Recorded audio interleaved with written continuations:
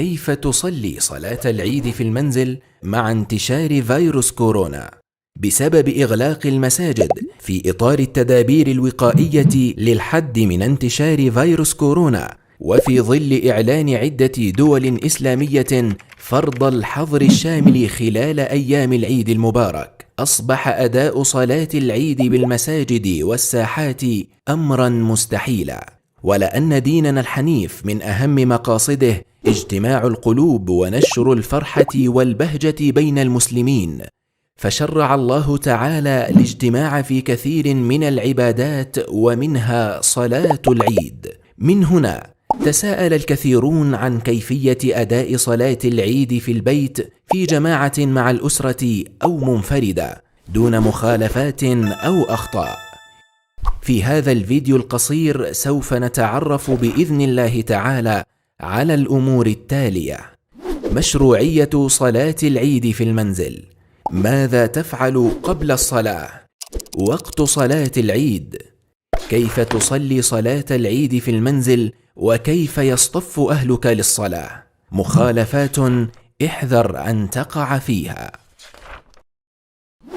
مشروعية صلاة العيد في المنزل: إذا تعذرت إقامة صلاة العيد في الساحات لمانع كما هو حاصل الآن بسبب وباء كورونا، فحكمها هو حكم من فاتته صلاة العيد في الخلاء أو المسجد، حيث يصليها جماعة مع أهل بيته أو منفردا على صفتها المعروفة، كما سنشرح في هذا الفيديو إن شاء الله.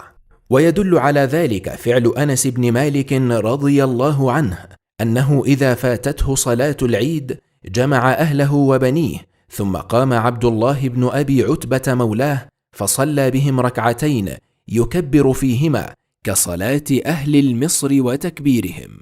فخلاصة القول إذن أنها تصلى في وقتها المعروف بنفس هيئتها المعروفة، جماعة أو فرادى كل على حسب حاله وبدون خطبة. وقت صلاة العيد: يبدأ وقت صلاة العيد من ارتفاع الشمس قيد رمح، أي بعد 15 دقيقة بعد شروق الشمس، ويمتد حتى وقت الزوال. ماذا تفعل قبل الصلاة؟ اغتسل وتزين وأبناؤك بأحسن الثياب وأطيب الطيب. ثانيا، تفطر على تمرات قبل الجلوس في مصلاك، فقد كان صلى الله عليه وسلم لا يغدو يوم الفطر حتى يأكل تمرات.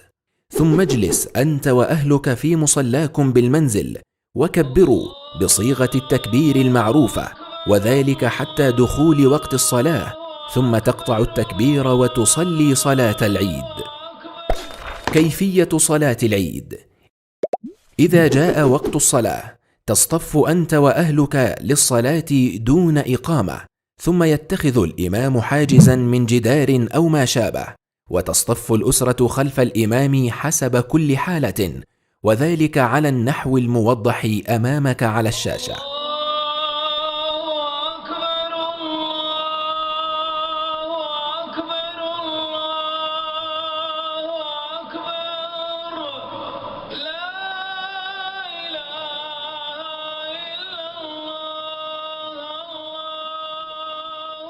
صلاة العيد ركعتان، يكبر الإمام تكبيرة الإحرام، ثم يقرأ دعاء الاستفتاح وهو مستحب، ثم يكبر بعدها 6 تكبيرات، ثم يقرأ الفاتحة وسورة الأعلى، ويكمل الركعة على صفة الصلاة المعروفة.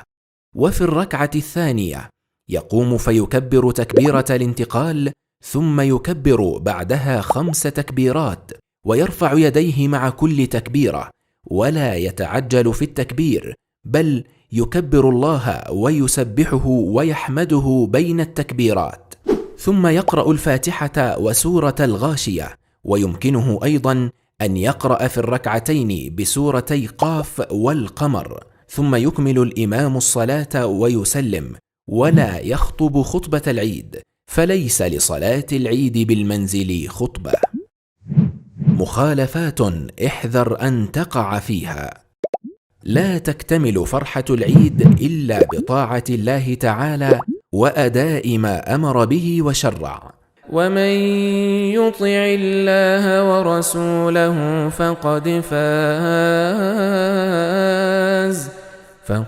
فاز فوزا عظيما. فاحذر أن تقع في تلك المخالفات فيضيع أجرك وتنطفئ بهجتك. تجنب السهر ليلة العيد لئلا تضيع عليك صلاة الفجر أو صلاة العيد. إغفال سنن النبي صلى الله عليه وسلم من التزين والتطيب وأكل التمر والتكبير. لا تدع الحجر المنزلي يمنعك من تهنئة أحبابك وأقربائك، فوسائل التواصل الاجتماعي لم تدع عذرا لقاطع رحم.